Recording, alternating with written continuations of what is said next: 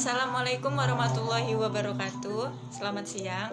Saya Alifia Nursyabani dengan NPM 1911037 dari Universitas Batu Raja, Fakultas Ekonomi dan Bisnis, jurusan Manajemen.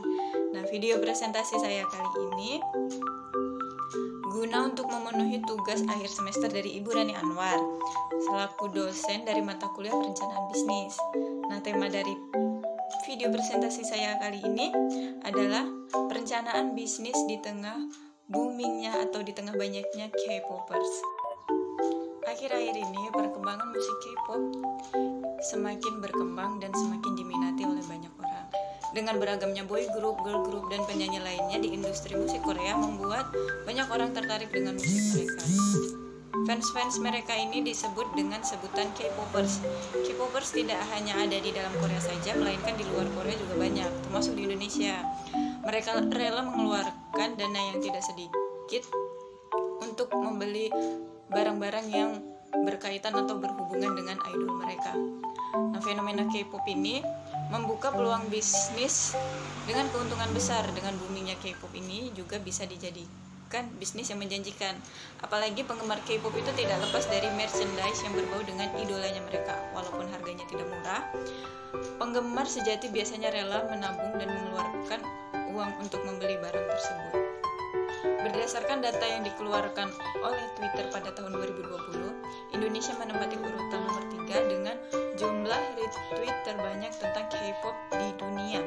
Nah, data yang dikeluarkan oleh Twitter itu diambil mulai dari bulan Juni tahun 2019 hingga bulan Juli tahun 2020. Nah, hal ini bisa dijadikan sebagai indikasi bahwa jumlah fans K-pop di Indonesia itu sangat banyak dan sangat menjanjikan juga bila dijadikan ladang bisnis bagi penggemar K-pop lainnya, berupa album, lightstick, merchandise, dan produk kolaborasi. Nah, album itu merupakan barang yang di dalamnya terdapat CD. Nah, CD itu berupa CD musik atau lagu-lagu dari idol Korea. Nah, yang kedua itu ada lightstick. Lightstick ini merupakan tongkat cahaya. Nah, tongkat cahaya atau lightstick ini barang wajib yang dibawa oleh K-popers saat akan menonton konser dari idola mereka. Nah, yang ketiga itu ada merchandise. Merchandise ini merupakan barang-barang tentang pernik atau perintilan yang berbau dengan idolanya. Nah, merchandise ini biasanya berupa hoodie, t-shirt, sweatshirt, sepatu, kaos kaki, gelang, topi, dan lain-lain. Nah, yang terakhir itu ada produk kolaborasi. Jadi produk kolaborasi itu tuh misalnya brand tertentu yang melakukan kerjasama dengan idol K-pop. Nah, ada beberapa contoh itu dari brand yang melakukan kolaborasi seperti Nature Republic yang melakukan kolaborasi dengan EXO, dan baru-baru ini melakukan kolaborasi dengan NCT. Kemudian ada VT Cosmetic dengan BTS.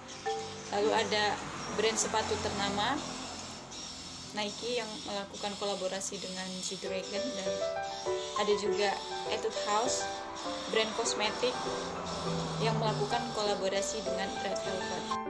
Untuk bisnis saya nantinya saya akan melakukan promosi melalui media sosial dan marketplace. Nah, media sosialnya itu seperti Instagram, Twitter, terus ada WhatsApp, ada Line juga.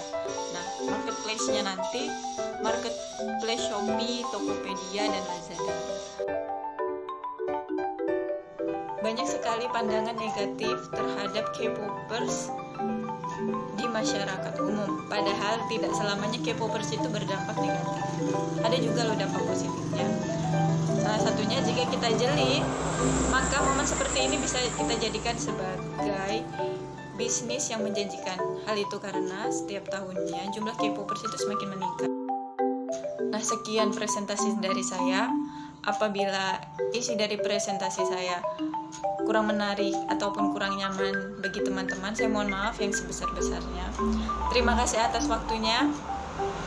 Saya akhiri. Waalaikumsalam warahmatullahi wabarakatuh. Selamat siang.